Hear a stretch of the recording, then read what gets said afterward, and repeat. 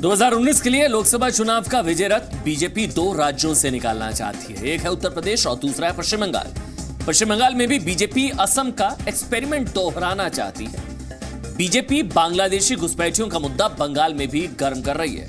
आज कोलकाता में अमित शाह ने रैली की। रैली में अमित शाह ने बांग्लादेशी घुसपैठियों के मुद्दे पर ममता बनर्जी को जमकर घेरा। अमित शाह ने कहा कि एनआरसी ममता को रोकने से नहीं रुकेगा, बीजेपी एक घुसपैठियों को बाहर करेगी। अमित शाह ने ममता से सवाल किया कि वो घुसपैठियों को बंगाल में क्यों रखना चाहती है। अमित शाह ने पश्चिम बंगाल से परिवर्तन की अपील की। उन्होंने कहा कि बंगाल ने वामपंथियों और टीएमसी को मौका दिया, लेकिन विकास नहीं हुआ। अब एक और मौका नरेंद्र मोदी को दीजिए।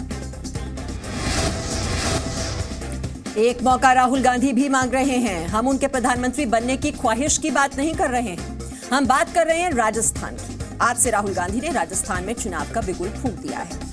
जयपुर से राहुल गांधी ने आज चुनाव प्रचार की शुरुआत की। जयपुर एयरपोर्ट से रामलीला मैदान तक राहुल गांधी का करीब 12 किलोमीटर का रोड शो चल रहा है। राहुल गांधी एक खुली बस में हैं। सड़क के चारों तरफ कांग्रेस के समर्थक खड़े हैं। पूरे रोड शो में राहुल गांधी 8 जगहों पर उनका स्वागत किया गया।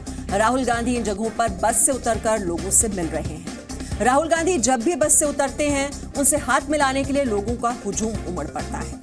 राहुल बस से भी हाथ हिलाकर लोगों का अभिवादन कर रहे हैं। रोड शो के बाद राहुल गांधी रामलीला मैदान में रैली को संबोधित करेंगे।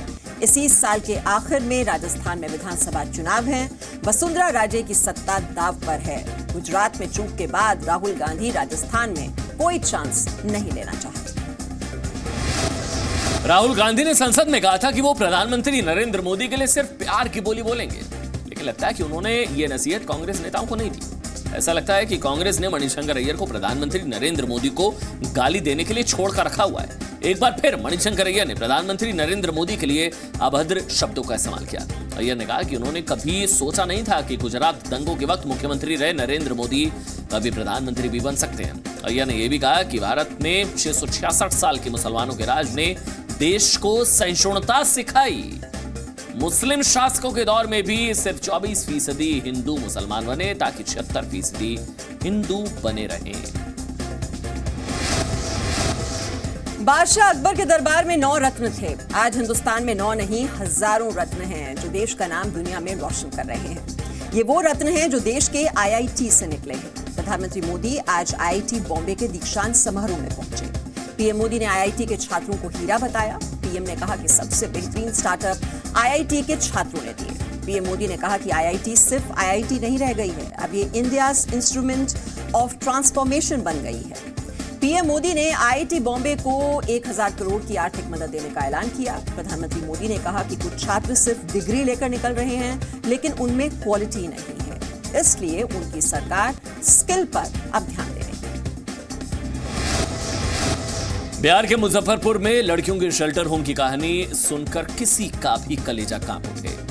जिस देश में कन्या पूजी जाती है, वहां ऐसी घटनाएं देश पर बदनुमा दाग है। लेकिन ये दाग लगे कैसे, इसकी जांच सीबीआई ने शुरू कर दी है। आज सुबह 10 बजे से मुजफ्फरपुर के बालिका गृह में सीबीआई की टीम मौजूद है। सीबीआई अपने साथ खुदाई के लिए जेसीबी मशीनें भी लेकर आई थी। पूरे बालिका गृह परिसर को सीबीआई ने खंगाला। सीबीआई के साथ फोरेंसिक जांच टीम भी थी। सीबीआई ने आरोपी ब्रिजेश ठाकुर के बेटे आनंद से भी पूछताछ की। हम सब चाहते हैं कि मासूम बच्चियों के गुनहगारों को कड़ी से कड़ी सजा मिले, लेकिन ऐसा ना हो कि जांच पूरी होने में दिन, महीने और साल गुजर जाए, क्योंकि इंसाफ में देरी इंसाफ ना मिलने के बराबर होता है। अंग्रेजों ने हमें गुलाम रखा, ये सच्चाई है, लेकिन एक सच्चाई ये भी है कि अंग्रेजों ने रेल, पुल और सड़क भी बनाए, जो आज भी सबूत हमारे सामने खड़े हैं और इस्तेमाल में लाए जा रहे हैं। लेकिन आजाद भारत की बदकिस्मती ये है कि पुल तैयार होने से पहले ही ढह जाते हैं। सिर्फ 89 दिनों के बाद यूपी में एक और बन रहा फ्लाईओवर ढह गया। वाराणसी के बाद अब बस्ती में नेशनल हाईवे 28 पर बन रहा फ्लाईओवर गिर गया। मलबे में 2 लोग फंस गए, 4 घायल हो गए। इसके बाद वही हुआ जो हमेशा से होता है, जांच के आदेश दे दिए गए हैं। जांच पूरी हो जाएगी, कुछ अधिकारियों को सस्पेंड कर दिया जाएगा, कुछ गिरफ्तार भी हो जाएंगे, फिर अगले हादसे तक सब भूल जाएंगे। वाराणसी में भी तो यही हुआ था। ज्वालामुखी पहाड़ों पर फटते हैं, लेकिन आज यूपी के आजमगढ़ में ऐसा लगा है जैसे कोई ज्वालामुखी फट रहा हो। जौनपुर आजमगढ़ हाईवे पर बीती रात 2 ट्रक आपस में टकरा गए।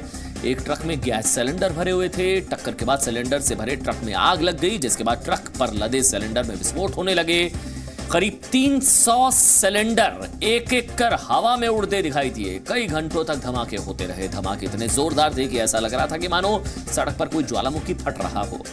आग की भयानक लपटें कई किलोमीटर दूर तक साफ नजर आ रही थी। आसपास के लोग घबराकर घरों में दुबक गए।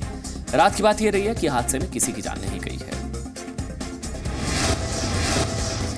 अगर डॉक्टर जान पहचान का हो तो अक्सर हम उससे व्हाट्सएप और फोन पर भी बीमारी के लक्षण बताकर नुस्खे पूछ लेते हैं। ये ऐसा करना आपकी जान भी ले सकता है। महाराष्ट्र के रत्नागिरी में एक डॉक्टर ने फोन पर ही मरीज को दवा बता दी। उस दवाई को खाने के बाद मरीज पर रिएक्शन हुआ और उसकी मौत हो गई। इस हादसे से सबक लेते हुए इंडियन मेडिकल एसोसिएशन ने डॉक्टरों को एडवाइजरी जारी कर व्हाट्सएप और टेलीफोन पर इलाज बताने से मना किया है। ये बिल्कुल सही सलाह है, क्योंकि नीम हकीम खतरा जान की तरह व्हाट्सएप से इलाज भी काफी खतरनाक है।